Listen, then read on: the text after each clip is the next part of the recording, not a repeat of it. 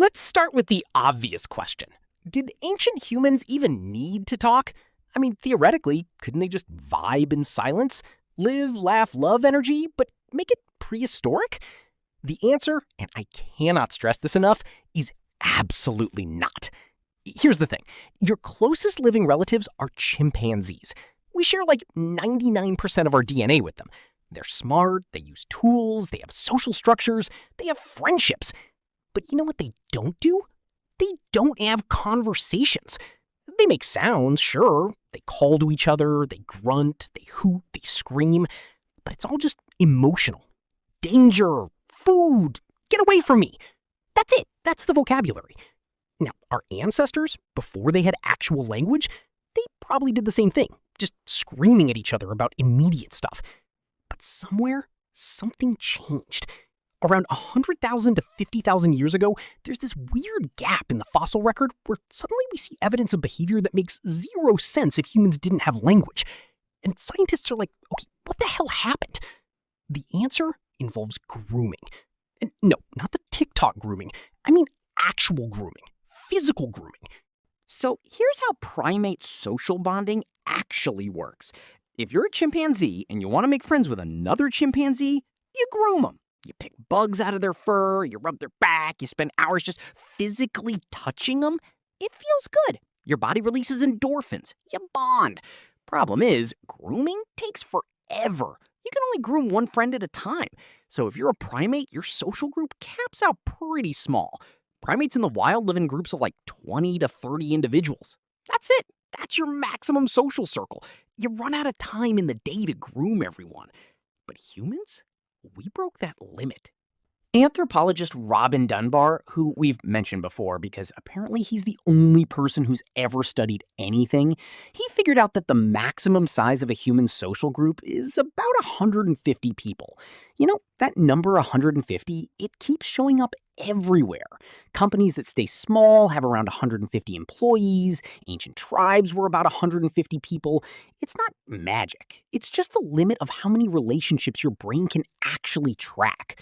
But here's the wild part. We couldn't have done that with grooming. You can't physically groom 150 people. You don't have time. So how did humans crack it? Language. We invented gossip.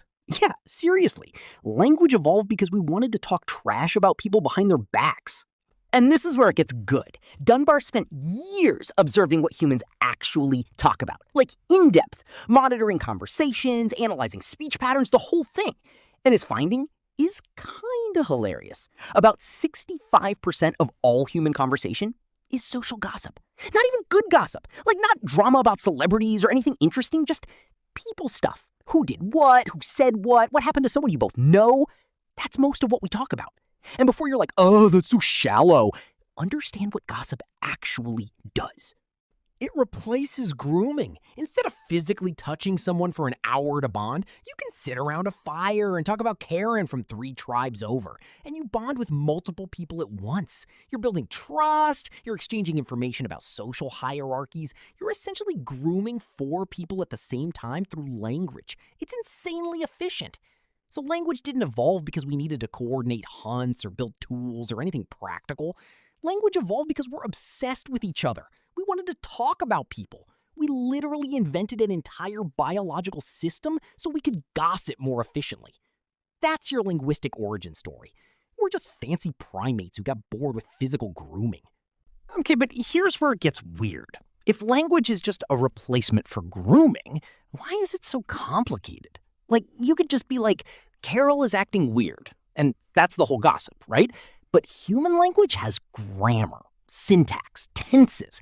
We can talk about things that aren't happening right now, things that happened 1,000 years ago, things that might never happen at all. Why? Scientists think it's because our brains got really good at one specific thing: pattern recognition. Your brain is obsessed with patterns. It sees patterns in everything. That's actually how you survive.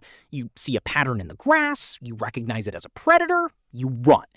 Your brain is just constantly running pattern matching software. But here's the thing about pattern matching. Once your brain gets good at it, it starts doing it everywhere, even when there are no patterns to match. So your ancestors are sitting around the fire talking about social stuff, and their pattern-matching brains are like, wait, I can do this with language too.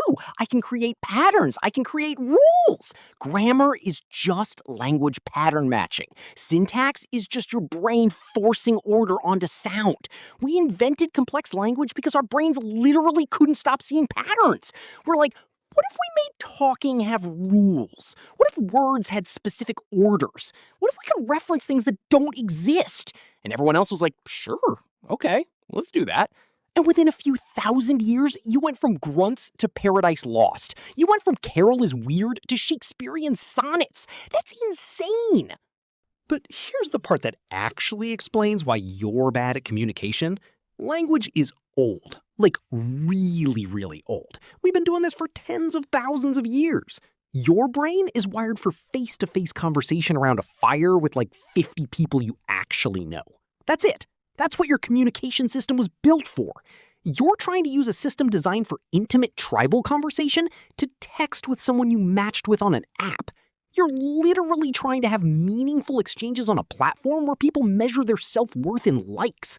Your brain never evolved for any of this.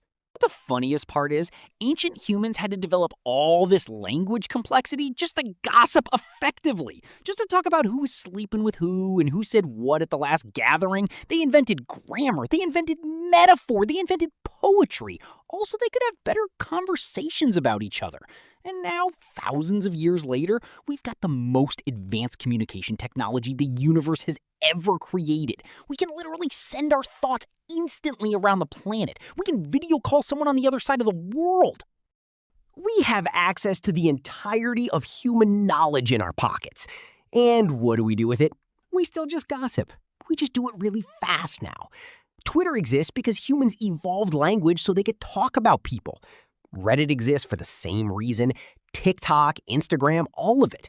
We built the internet so we could gossip at scale, so we could groom thousands of people at once instead of just 150. We didn't evolve past it, we just got really, really good at it. Your ancestors would look at your phone and immediately understand what's happening, because what's happening is exactly what they invented language for. You're just doing it faster and with more people and with screenshots. Here's the thing, though, and this is the part that actually matters.